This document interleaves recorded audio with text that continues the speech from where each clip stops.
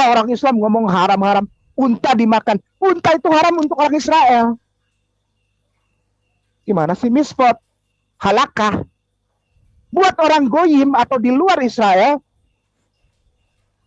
yang ditekankan haram itu cuma bagong. Ngerti nggak? Bagong. Apa? Swine. Hog. Pig. Pork.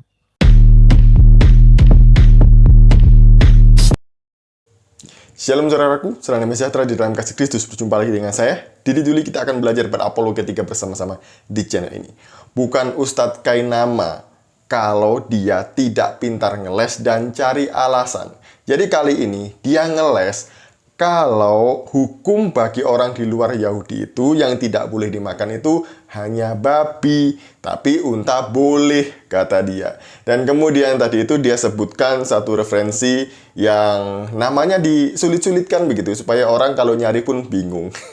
Oke, sebelumnya mari kita melihat video berikut ini. Orang Islam ngomong haram-haram, unta dimakan. Unta itu haram untuk orang Israel. Gimana sih mispot? Halakah. Buat orang goyim atau di luar Israel, yang ditekankan haram itu cuma bagong. Ngerti nggak? Bagong. Apa? Swine. Hog. Pig. Pork. Itu. Kan ada. Makanya orang, inilah para penghujat-penghujat Kristen itu, ya. Penghujat-penghujat Kristen, saya udah nggak malu lagi ngomong gitu. Para penghujat Kristen itu selalu bilang, orang Islam itu munafik. Bilangnya babi-babi, padahal dia unta juga nggak boleh. Hey, come on. Kamu artinya nggak pernah baca Miswot. Seba Miswot Benenoa. Baca dong. Gimana? Untuk goyim aturannya lain lagi dari Tuhannya Abraham, Ismail, Ishak, Yakov, Moshe, Rabenu. Ya. Siapa lagi? David, Salomo, Zakaria, Yohanan, Yehoshua. Gimana sih baca? Makanya baca. Penghujat Kristen tuh apa miskin literatur, bacanya kurang. Bisanya maki-maki aja di live chat. Hai. Kartu mati. Menurut pendapat Ustadz Kainama, unta itu memang haram untuk orang Israel. Tapi bagi goyim, katanya, Allah itu hanya memberikan yang haram, yang ditekankan itu hanya babi, bukan unta, kata dia. Dia ini katanya tadi itu minim literasi, orang-orang itu minim literasi. Ya padahal dia ini yang minim literasi ya. Dia aja baca Alkitab gak lengkap kok lompat-lompat. Gitu aja nuduh orang minim literasi. Mari kita bersama-sama melihat hukum mengenai makanan yang ada pada orang Israel. Mari kita melihat di dalam Imamat 11 ayat yang keempat sampai 10. Saya akan membacakannya ya. Tetapi inilah yang tidak boleh kamu makan dari yang memamah biak atau dari yang berkuku belah, unta. Yang pertama adalah unta. Jadi kalau Ustadz Kainama selalu mengklaim bahwa orang Islam yang paling melakukan hukum Taurat, melakukan Alkitab, di sini dia pertama kali melanggar karena dia makan unta yang haram bagi orang Israel, ada berada di urutan nomor 1. Kemudian setelah unta, apalagi karena memang memamah biak tetapi tidak berkuku belah, haram itu bagimu. Juga pelanduk karena memang memamah biak tetapi tidak berkuku belah, haram itu bagimu.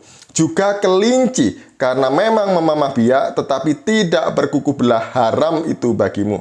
Demikian juga babi hutan karena memang berkuku belah, yaitu kukunya bersela panjang tetapi tidak memamah biak, haram itu bagimu. Daging binatang-binatang itu janganlah kamu makan, dan bangkainya janganlah kamu sentuh, haram semuanya itu bagimu. Jadi Kristen memang makan babi gitu ya. Nah, justru orang Kristen inilah yang melakukan hukum Nuh. 7 hukum Nuh yang disampaikan oleh Ustadz Kainama. Nanti kita akan baca hukum Nuh itu apa ya. Nah, ayat yang ke-10 berkata demikian.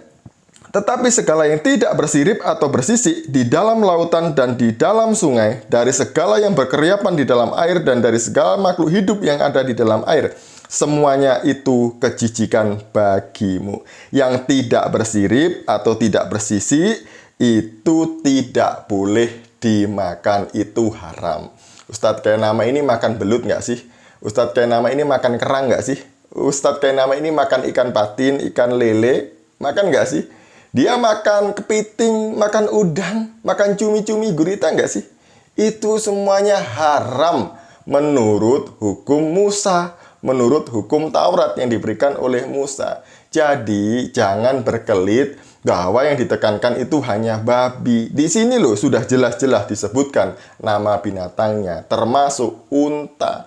Unta dimakan, bahkan dalam satu hadis itu dikatakan kencingnya itu boleh diminum. Ya, di situ dikatakan begitu ya, tidak hanya dagingnya, tapi kencingnya pun boleh diminum. Nah, kemudian mari kita melihat hukum Nuh.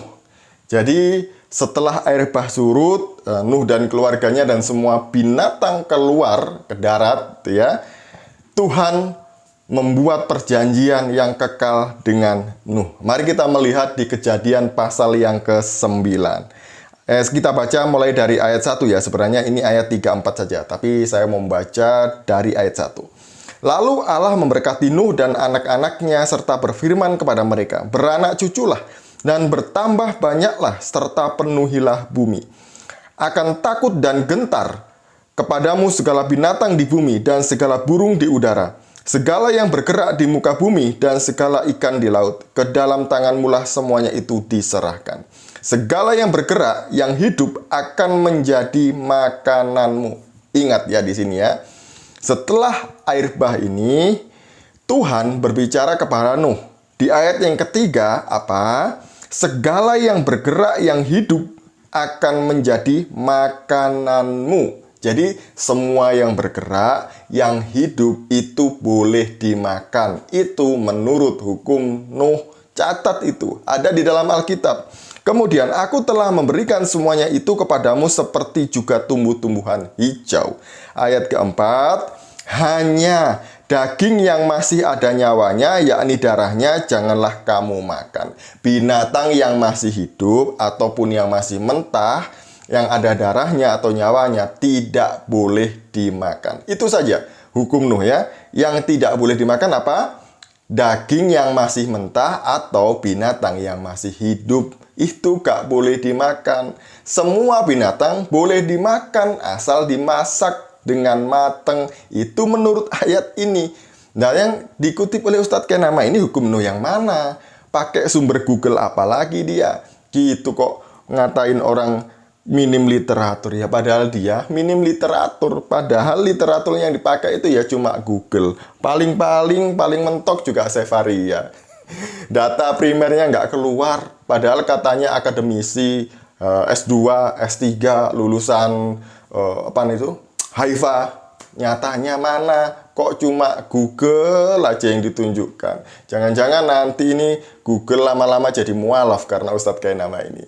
Sekian dari saya. Shalom, salam waras, Tuhan Yesus memberkati.